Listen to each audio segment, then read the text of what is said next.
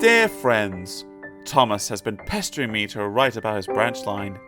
After all, he said, we are the importantest part of the whole railway. What can I write about? I asked. Oh, lots of things.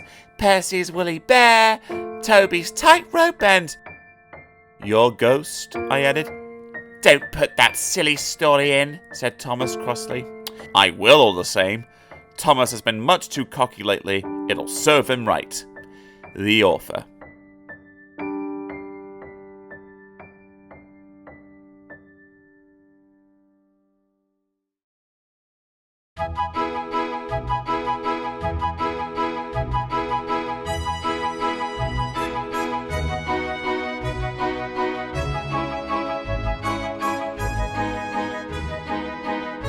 Book 26, Tramway Engines.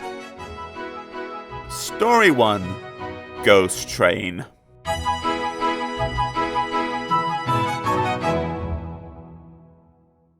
And every year on the date of the accident, it runs again, plunging into the gap, shrieking like a lost soul.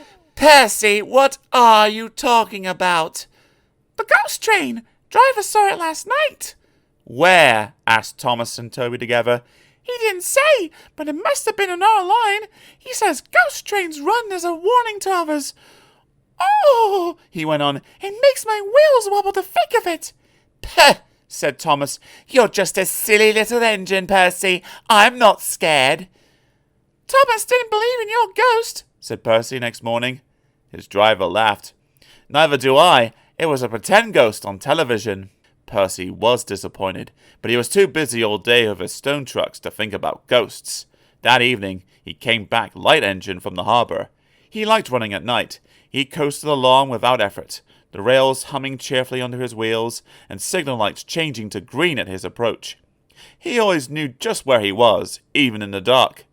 Crow's Farm Crossing, he chanted happily. We shan't be long now. Sam had forgotten that Mr. Crow wanted a load of lime taken to 40-acre field. When he remembered, it was nearly dark. He drove in a hurry, bumped over the crossing, and sank his cart's front wheels in mud at the field gate. The horse tried hard, but couldn't move it. The cart's tail still followed the railway. Sam gave it up. He unharnessed the horse and rode back to the farm for help.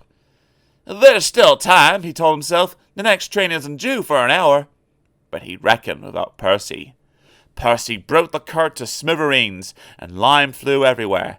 They found no one at the crossing, so went on to the nearest signal box. Hello, said the signalman. What have you done to Percy? He's white all over. Percy's driver explained. I'll see to it, said the signalman, but you better clean up Percy, or people think he's a ghost. Percy chuckled. Do let's pretend I'm a ghost and scare Thomas. That'll teach him to say I'm a silly little engine. On their way, they met Toby, who promised to help. Thomas was being oiled up for his evening train, when Toby hurried in saying, Percy's had an accident. Poor engine, said Thomas. Botheration! That means I'll be late. They cleared the line for you, Toby went on, but there's something worse. Out with it, Toby, Thomas interrupted. I can't wait all evening. I've just seen something, said Toby in a shaky voice. It looked like Percy's ghost. It said it was coming here to warn us. Peh! Who cares? Don't be frightened, Toby. I'll take care of you. Percy approached the shed quietly and glided through it. Beep! Beep! Beep! Beep! Beep! Beep! He shrieked. As had been arranged, Toby's driver and fireman quickly shut the doors. Let me in! Let me in! Said Percy in a spooky voice.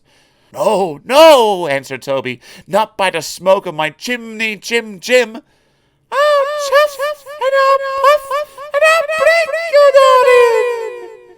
Oh dear, exclaimed Thomas. It's getting late. I've no idea. I must find Annie and Cloudbell.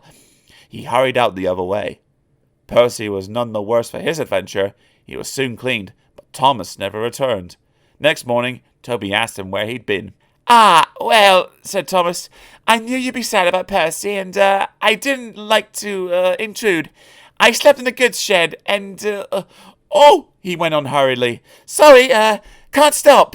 Got to see a coach about a train. And he shot off like a jackrabbit. Percy rolled up alongside. Well, well, well, he exclaimed. What do you know about that? Anyone would think, chuckled Toby, that our Thomas had just seen a ghost.